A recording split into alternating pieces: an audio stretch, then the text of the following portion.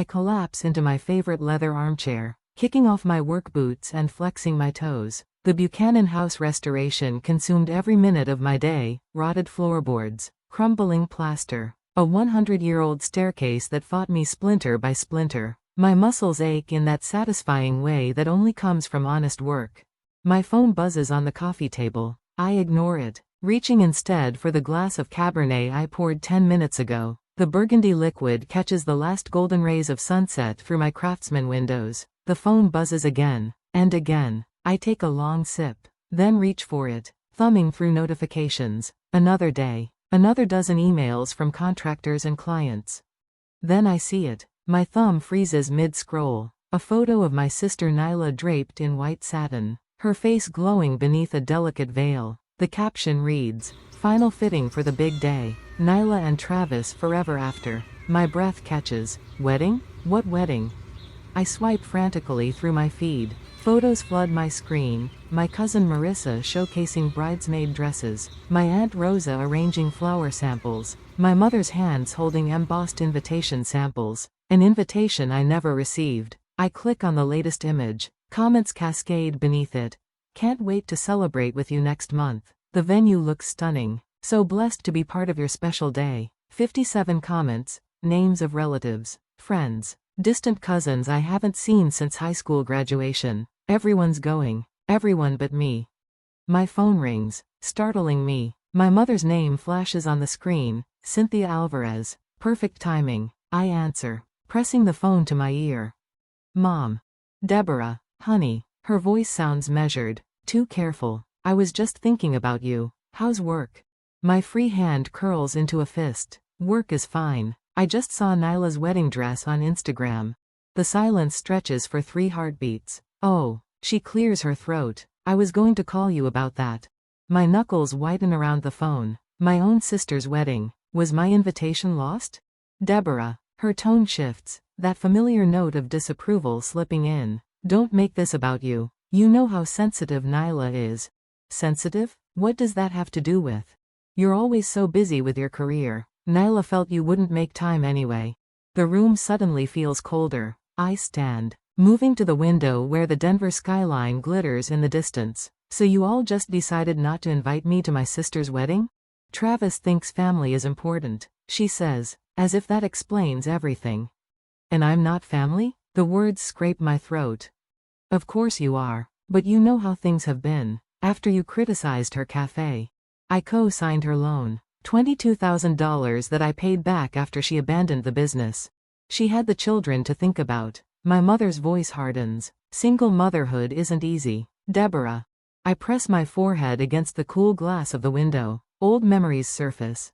Nyla at 10 breaking grandma's vase. Me taking the blame. Nyla at 17 sneaking out. Me covering for her. Me at 16 announcing my engineering scholarship. Mom's dismissive, "Of course you got it. You're the responsible one." The responsible one. Always. "I haven't been forgotten, Mom." I whisper. "I've been erased." "Now you're being dramatic." She sighs, the sound of a woman burdened by an unreasonable child. "We can talk about this later. I need to go help Nyla with the seating charts." The call ends. I stare at my phone, watching as new wedding posts appear. Nyla twirling in her dress. Travis and his groomsmen sampling cakes. My parents beaming beside the happy couple. A family portrait without me. My phone buzzes with texts from Jenna. "Did you see? Call me." Marcus from work. "Just saw your sister's wedding stuff." "What the hell?" Mrs. Henderson next door. "Dear, are you aware of what's happening with your family? Even the people on the periphery of my life noticed my exclusion." I sink back into my chair. The weight of 35 years pressing down on me. I've built my career restoring historical treasures, bringing beauty back to forgotten places. But I can't restore my place in this family. The realization washes over me like cold water. All these years, I've been the fixer, the responsible one, the steady hand. I've co-signed loans, babysat on demand, listened to midnight breakdowns. I've shown up when no one else would. And this is my reward, erased. My phone buzzes again. I silence it without looking and set it face down on the table. From my window, I can see the mountains west of Denver, their peaks burnished copper in the fading light. Beyond them lies Boulder, where my parents still live in the Victorian house where we grew up, where Nyla returned with her 2 children after Eric left her, where they're planning a wedding without me. Something shifts inside my chest, not the hot flash of anger or the sting of hurt, but something cooler, more deliberate, a quiet certainty. This time, I whisper to the empty room, I won't fix what they've broken. I pick up my phone and open Instagram again. With methodical precision, I unfollow my sister, then my mother, my father, my cousins. Each tap of my finger feels like setting down a burden I've carried too long. This is not an act of revenge, it's a decision, a boundary. The last golden light fades from my windows, plunging my living room into shadow. I don't move to turn on lamps. Instead, I sit in the gathering darkness, feeling lighter than I have in years. For the first time in my life, I'm not rushing to mend the family's broken pieces, and the silence that follows feels like freedom. My tires crunch over the gravel driveway of my parents' Victorian home in Boulder. The morning sun glints off the stained glass above the front door, casting fragments of ruby and amber across the porch. The house stands proud against the mountain backdrop, its gingerbread trim and sweeping eaves familiar as my own reflection. I grip the steering wheel until my knuckles blanch white. 3 days since discovering Nyla's wedding plans, 3 days of ignored calls from everyone except Mom, whose voicemails grow increasingly dramatic. Dad's hunched figure appears in the garage doorway, Hector Alvarez, perpetually hiding behind projects. Today it's his 1967 Mustang, the one he's been restoring since I was in high school. He straightens when he spots my car, wiping grease from his hands onto a rag that's seen better days. His eyes dart toward the house, then back to me. He doesn't wave. I kill the engine and step out into the June heat. Dad. Debbie. He nods, retreating deeper into the garage. Your mother's inside. Of course she is, and of course, he won't stand beside her for this conversation. Some things never change. The screen door creaks as I enter. The house smells of cinnamon and coffee, Mom's version of emotional armor. She appears in the kitchen doorway, face arranged in careful concern. Deborah, I was just about to call you. Cynthia Alvarez, queen of convenient timing. Coffee? I made your favorite coffee cake. I don't want coffee. I remain standing in the entryway, hands in pockets. I want to know why I wasn't invited to Nyla's wedding. Mom's smile falters, then reforms. Oh, honey, it's complicated. You've been so busy with your career. Don't. The word slices through her excuse. That's not a reason. She busies herself with the coffee pot, buying seconds. Nyla was afraid you might not approve of Travis. You can be intimidating. Intimidating because I asked questions when she introduced him after 3 weeks of dating? He thinks family is important. Deborah. She sets 2 mugs on the counter with trembling hands. And you've always been so independent. The garage door opens. Dad shuffles in, eyes fixed on the hardwood floor. Don't make things harder than they already are, he mutters. Harder for whom? I ask, something rising in my chest. For Nyla? For Travis? For you too? Who's always made excuses for her? Mom's eyes well with practiced tears. That's not fair. Fair? The word explodes from me. Was it fair when I co-signed that business loan for her cafe? $22,000. Mom, that I paid back after she abandoned it 9 months later? She had the children to think about. Dad interjects, finally meeting my gaze. After Eric left. Eric left 4 years ago. The cafe fiasco was last year. I step closer to them both. I've been making those payments while she posts vacation photos from Sedona. Single motherhood isn't easy, Mom whispers, and Travis is her second chance. Dad's voice strengthens with this familiar defense. He has a good job in pharmaceutical sales. He can provide stability. So she found her meal ticket, and now I'm embarrassing? The pieces click into a sickening place. Did Travis say he doesn't want me there? Their silence confirms it. He thinks I don't care about my family. I laugh, the sound harsh against the homey kitchen backdrop. That's rich coming from a man who's known her for what, 7 months? Please understand. Mom reaches for my arm. This wedding means everything to her. After the cafe, after Eric. She abandoned her children with Emma and Lucas. Emma and Lucas deserve stability. Dad adds, always the children as shields. 8-year-old Emma and 6-year-old Lucas wheeled out as justification for every bad decision Nyla makes. And what about me? I ask quietly. What do I deserve after paying her debts? After babysitting every weekend she had a date? After listening to her cry about Eric at 2 o'clock in the morning for months? You're stronger, Mom says, as if it's a compliment. You've always been the responsible one. The responsible one, the family ATM, the free therapist, the emergency babysitter, never the sister worth including. I turn toward the door, suddenly exhausted. The weight of their expectations, their manipulations, feels heavier than the timber beams I installed in the Buchanan house yesterday. Deborah, please. Mom follows me. We're family. Family? I pause at the door. Is that what we are? Dad steps forward. Where are you going? Away from here, I say simply. If Nyla wants a perfect wedding, she can have it without me. I leave them standing in the doorway, faces painted with confusion, as if they can't comprehend that this time I won't absorb the blow. 20 minutes later, I slide into a booth at Copper Kettle, the coffee shop where Jenna works. She spots me and brings over a latte without asking, sliding in opposite me. That bad, huh? Jenna's known me since college. She recognizes the aftermath of family confrontation on my face. Worse, I wrap my hands around the warm mug. Travis doesn't think I care about family. That's why I wasn't invited. Travis, she snorts. The guy who's known your sister for 5 minutes thinks he gets to decide who cares about family. Apparently. Jenna glances around, then pulls out her phone. Speaking of Travis, she slides it across the table. Kelly took these last night at Downtown Lounge. The photos show Travis's arm wrapped around a blonde woman who definitely isn't my sister. They're laughing, heads close together. In the last image, his lips press against her neck. My stomach tightens, not with surprise, but with bitter confirmation. When was this taken? Last night around 11 o'clock.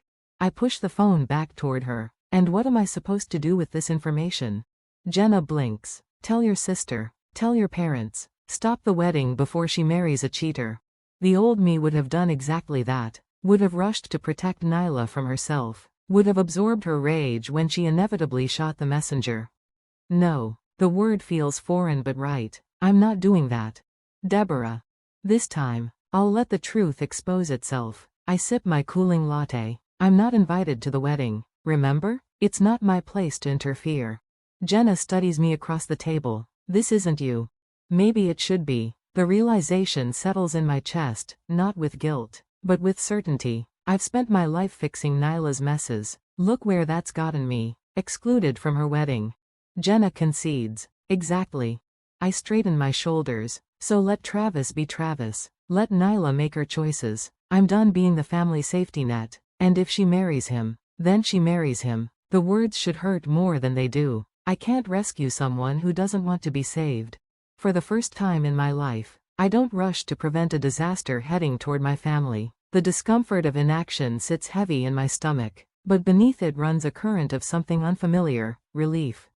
I pour myself a glass of Cabernet and settle into my window seat, the Denver skyline glittering against the night. My phone sits face down on the coffee table, deliberately silent. 3 weeks have passed since I discovered my exclusion from Nyla's wedding, and today is the big day at the Ridgewood estate. The Ridgewood. Even the name drips with old money and exclusivity. According to Jenna's intel, Mom spent weeks arranging white roses and gold accents throughout the historic mansion. 150 guests. Local press covering the union of Travis Reed, prominent engineer, and my sister, the perpetual damsel. I take a slow sip, savoring the wine's complexity. For the 10th time today, I resist the urge to check social media. What good would it do? Instead, I reach for my dog-eared copy of Restoration Ethics in Historical Architecture. Work always centers me. But my phone buzzes, rattling against the wood. Then again, and again. Something in the persistent rhythm sets my teeth on edge. I set my book aside and pick up the phone. 27 notifications, all in the last 4 minutes. My thumb hovers over the screen. Part of me wants to shut it off completely, finish my wine in peace. But an old instinct, that responsible one reflex, makes me swipe. A video fills my screen. Shaky footage from Ridgewood's grand ballroom. White roses everywhere, just as Jenna described. Guests in formal wear clustered against the walls. And in the center, Nyla and Travis. My sister's mascara streaks down her face. Her perfect white dress crushed in her fists as she screams something unintelligible. Travis towers over her, his tuxedo jacket unbuttoned, tie askew. His face contorts with rage. "You knew I was seeing someone?" he shouts, voice cracking through my phone's speaker. "You set me up." Nyla lunges forward, shoving his chest. "Everyone knew. You weren't exactly discreet." Then it happens, Travis's arm swings out, his open palm connecting with my sister's cheek. The crack echoes through the ballroom. Gasps erupt from the crowd. The camera shakes violently as the person filming reacts. "Oh my God," I whisper, fingers pressed against my lips. The video cuts off. I frantically scroll through messages, piecing together the aftermath. "Jenna, Deborah, are you seeing this?" Marcus, "Holy, just saw the Reed Alvarez disaster on Instagram." Mrs. Henderson next door, "Dear, your family is on the news." Channel 9. I switch to the local news app. There it is already breaking. Society wedding ends in assault charges. The footage plays again, this time from a different angle. I catch glimpses of my mother's horrified face in the background. My father attempting to rush forward before being restrained by two other men. The anchor's voice cuts in. "Police were called to the prestigious Ridgewood estate this evening after the groom, Travis Reed, allegedly assaulted bride Nyla Alvarez during what witnesses describe as a heated argument about infidelity allegations." I snap the phone off, tossing it onto the cushion beside me. My pulse hammers in my throat. Part of me, a part I'm not proud of, feels a sick vindication, but it's quickly swallowed by genuine concern for Nyla. No matter our differences, watching my sister be struck on what should have been the happiest day of her life twists my stomach. I drain my wine glass, refill it, and wait for what I know will come next. The phone rings at 11:47 p.m. My mother's name flashes on the screen. I let it ring 4 times, composing myself before answering. "Mom." Sobbing erupts from the other end. "Deborah." Her voice catches, thin and reedy. "Your sister's hurt. Please come." I close my eyes. The words I've said 1,000 times in my life poised on my tongue. "I'll be right there. I'll fix it. I'll help." But something stops me. The memory of scrolling through wedding photos I wasn't meant to see. The years of cleaning up Nyla's messes. The money I'm still paying back. "I wasn't invited, Mom," I say quietly. Showing up now would only make it worse. Silence stretches between us, so profound I can hear her breathing hitch. "But she needs you," Cynthia finally whispers. "She always needed you." "No," I correct her gently. "She needed Travis. She needed security and status and a fairy tale wedding. What she needed from me was my absence." "That's not fair, Deborah." "I know." I swirl the wine in my glass, watching it catch the city lights. Neither was excluding me. More silence. I can almost see her face, the calculation behind her eyes, searching for the leverage that always worked before, the guilt, the family responsibility, the Deborah will fix it certainty. "I'm sorry about what happened," I add, my voice softer. "Truly, no one deserves that, but I'm not the solution this time." The line goes dead without another word. I stare at the phone, feeling something fundamental shift inside me. For the first time in my life, I've refused to rush into a family crisis. The absence of panic surprises me. I sleep better that night than I have in years. The next evening, Jenna arrives with takeout from that Thai place on 17th Street. We eat at my kitchen island, the news muted on the television across the room, occasionally flashing footage from the wedding disaster. "You holding up okay?" Jenna asks, twirling noodles around her fork. "It's wild stuff."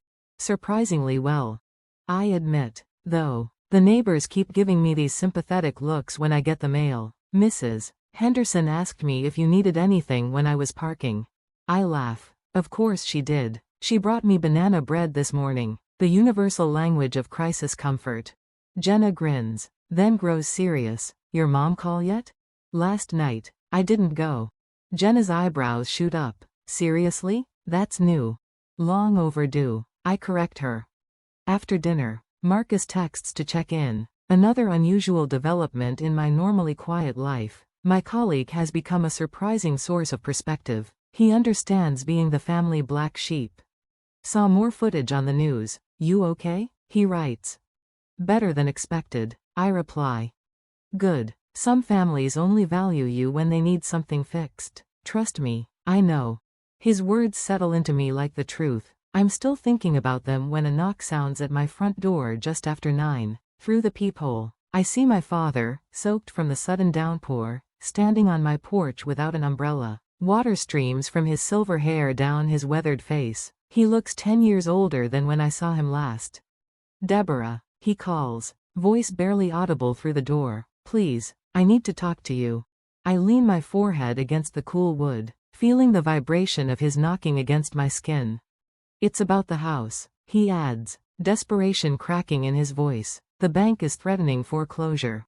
My hand freezes on the door. Foreclosure? My parents have owned that Victorian home for 35 years. Part of me wants to pretend I'm not home, to let him stand in the rain and feel what abandonment tastes like. But his slumped shoulders and rain-soaked appearance pull at something deep and ingrained.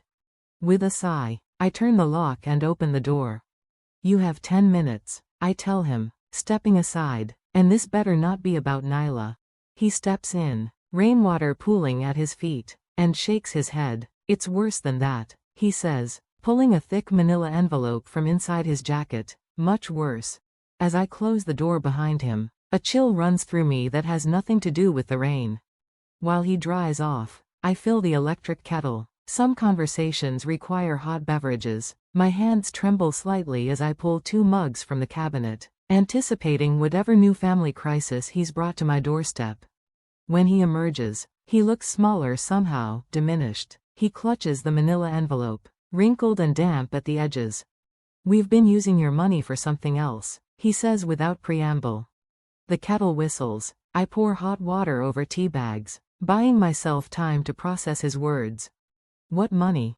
The monthly checks for the house. 4 years ago, my parents claimed they were struggling with their mortgage. I'd been sending $1,100 every month since then. For the mortgage, I say slowly, that's what you told me. Not exactly. He slides the envelope across my dining table. It was for a loan, a home equity line of credit. I open the envelope, spreading the contents across the polished wood: bank statements, loan documents, notices of pending foreclosure proceedings. My eyes catch the loan amount, $195,000. You took out a HELOC? He nods, eyes fixed on his hands. For Nyla, after Eric left. The kids needed stability. I scan the paperwork, blood turning cold as I spot the co-signers, Cynthia Alvarez and Nyla Alvarez. Dad, Nyla hasn't lived in that house for years. How could she co-sign? Your mother. He stops, swallows hard. She told the bank Nyla was living with us. Understanding crashes down. So the money I've been sending was going toward the HELOC payments, not the original mortgage. I grab a calculator from my desk drawer, punching numbers with trembling fingers. 4 years, 12 months, $1,100 each month, $82,000. My voice sounds distant, as if someone else is speaking. You've taken $82,000 from me under false pretenses. Deborah. Where did the money go? I demand, slapping my palm against the table. A mug jumps, spilling tea across the statements. Neither of us moves to clean it up. Nyla's debts, the legal fees after Eric left, the down payment on her house. Travis had requirements about where they would live. I laugh, a harsh sound that surprises even me. Travis, the man who hit her at their wedding, that's who got my money? Dad doesn't answer, which is answer enough. I stand, moving to my office with mechanical precision, return with my phone and digital camera, begin photographing every document. What are you doing? He asks. Documenting fraud. The camera shutter clicks with satisfying finality. Bank fraud, specifically falsifying residency information on a loan application. You can't. I absolutely can. I continue photographing, hands steady now, and I will. It would destroy your mother, Nyla's kids. Don't. I hold up one hand. Don't you dare put this on me. I'm not the one who lied. I'm not the one who stole. His face crumples. We never meant. Yes, you did. I set the camera down, meeting his eyes directly. You meant every bit of it. You just never expected to get caught. My phone buzzes. A text from Marcus, my colleague. Bank contact info coming your way. Cousins and mortgage fraud investigations.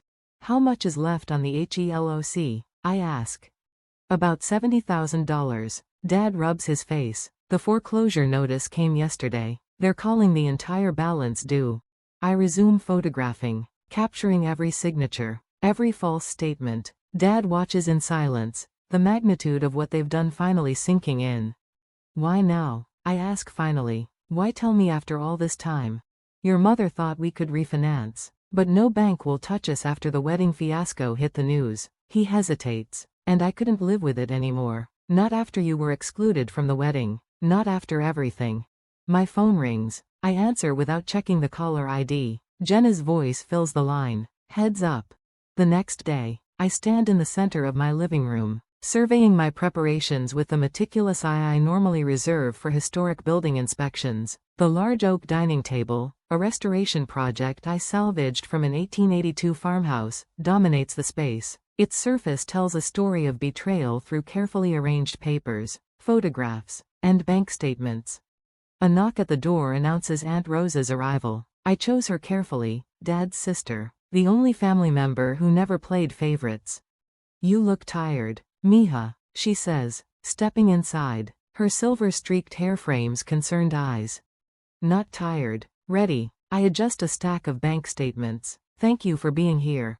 She squeezes my hand. Family should tell the truth, not pretty lies.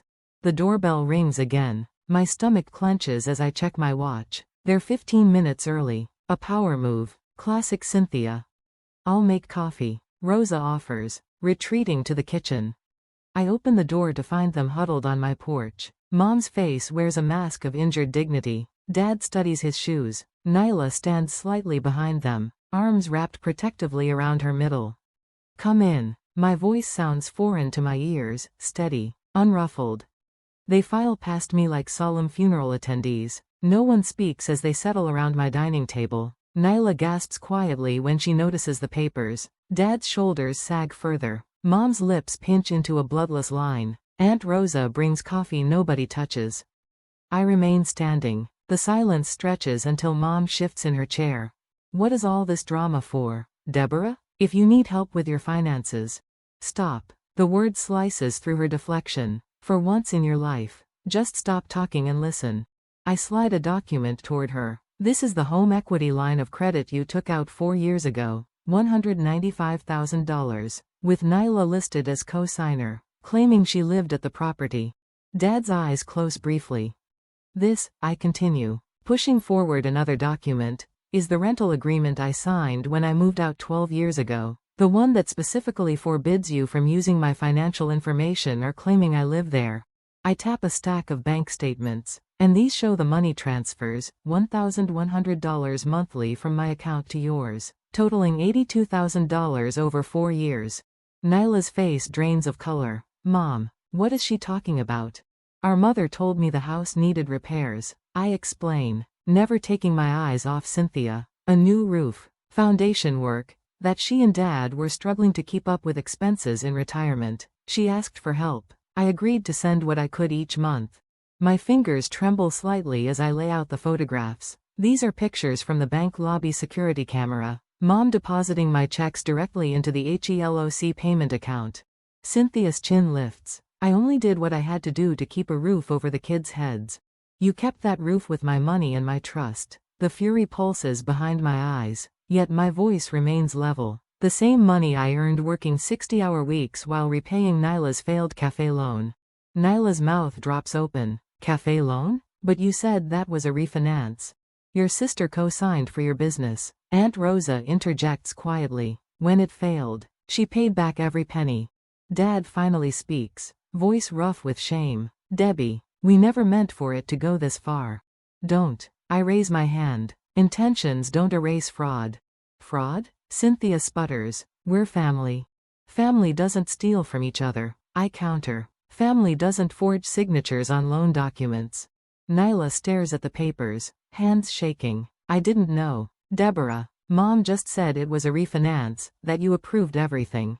I believe her. Nyla was always the golden child, but never the mastermind. Cynthia sniffs. Well, what do you want? To send your parents to jail? To make your sister homeless with 2 children? Dad's head snaps up. That's enough. Cynthia. The sharpness in his tone startles us all. In 40 years of marriage, I've never heard him speak to her that way. Debbie has every right to be furious. His weathered hands spread flat on the table. If you want the house, we'll sign it over. The side lot can be sold to repay what we took. Cynthia falls silent, hands twisting in her lap. I look at my father, really look at him. The proud carpenter who taught me to restore instead of replace, to find value in damaged things. His eyes hold a mixture of shame and relief, the weight of secrets finally lifting. I don't want your house, I say. I just want this to end. Aunt Rosa takes a notebook from her purse. I've spoken with a friend at First American Title. We can do a quick claim deed for the side lot today. Transfer it directly to Deborah. We could sell it, Dad says. The Miller boy next door has been asking about it for years. He wants to expand his garden. Fine. My mother's voice is clipped. I don't need an apology, I tell them, surprised to discover it's true. I just need peace. The room falls quiet again, but the quality of silence has changed, no longer tense with unspoken accusations, but heavy with truth finally acknowledged. 2 weeks later, we meet at a title company downtown. The attorney explains the documents with professional detachment. Dad signs first, then Mom. The pen hovers in her hand for a moment before she scrawls her name. I don't make speeches about forgiveness. I don't hurl accusations. I simply sign where indicated and accept copies of the paperwork. As we stand to leave, Dad touches my arm. I'm sorry, Debbie. His voice catches. For everything. I nod once, unable to find words that won't crack open my carefully maintained composure. Outside on the sidewalk, Nyla approaches hesitantly. I'll pay you back, she promises. Every cent. Take care of your kids, I tell her. Stand on your own feet. She nods, tears spilling. I will. I drive home alone, windows down, autumn air whipping through the car. My phone rings, Jenna checking in. It's done, I tell her. How do you feel? I consider the question. The anger still burns, but differently now, not the hot flash of betrayal, but something controlled, useful, the kind of fire that forges rather than destroys, like I've finally stopped carrying other people's weight. 3 days later, a certified check arrives from the sale of the side lot. I study the numbers, calculating what it will and won't cover, what I've lost. Not everything, not nearly enough, but as I fold the check into my wallet, I realize I've gained something worth more, the power of truth, the strength of boundaries, the freedom of no longer being responsible for everyone else's happiness. For the first time in 35 years, the only life I have to fix is my own.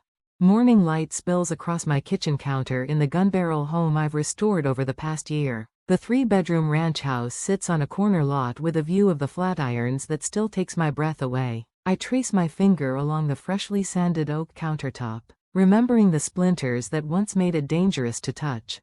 My phone vibrates against the granite island. I glance down, expecting another message from Balance Forward about tomorrow's financial abuse workshop. Instead, Nyla's name appears on my screen.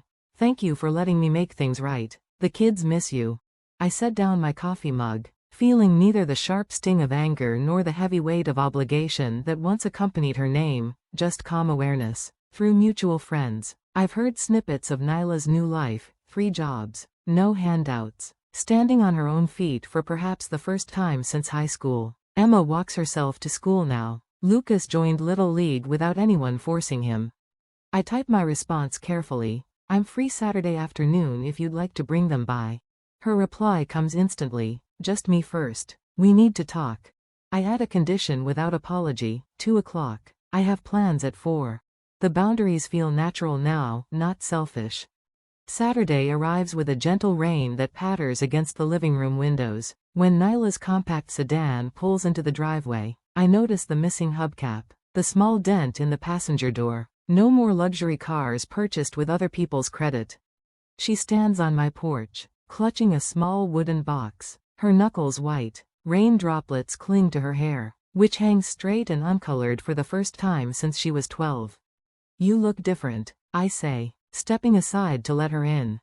3 jobs will do that. She attempts a smile, but her voice lacks the practiced charm she once wielded like a weapon. No time for highlights when you're cleaning office buildings at night.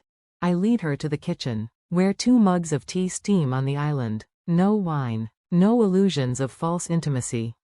This is for you. She places the wooden box between us. Dad found it when they were clearing out the Victorian. I lift the hinged lid. Inside rests our grandfather's pocket watch. Its gold case tarnished with age, the one meaningful heirloom neither of us received when he died, the one thing I'd wanted. How did you know? I ask, lifting it carefully. You mentioned it once when we were teenagers. She watches as I wind it gently. The mechanism clicks, then begins to tick with surprising strength for something so long forgotten. Maybe time doesn't erase mistakes, I say, but it teaches you when to stop repeating them. We sit in silence as rain taps against the windows, not uncomfortable, not forced, just 2 adults acknowledging truths too long buried. What did you do with the money? She finally asks. From the land sale. I meet her gaze directly. I didn't keep it. Mom said, I opened accounts for Emma and Lucas, college funds. Her eyes widen. After everything we did. After I'm done rescuing adults, I say, feeling the rightness of these words. But kids, they still deserve a chance. When she leaves an hour later, we don't hug. We don't make promises about holiday gatherings or shared vacations. But something has shifted, like a bone finally set properly after years of painful misalignment. That evening, I sit alone on my porch swing, watching sunset paint the mountains gold. My journal rests open on my lap. Today's entry simple but complete. The softest revenge is peace and quiet. No bitterness curls through my chest as I write these words. No burning need to make things even. Just calm certainty that I found my way back to myself. In that stillness, I finally feel free.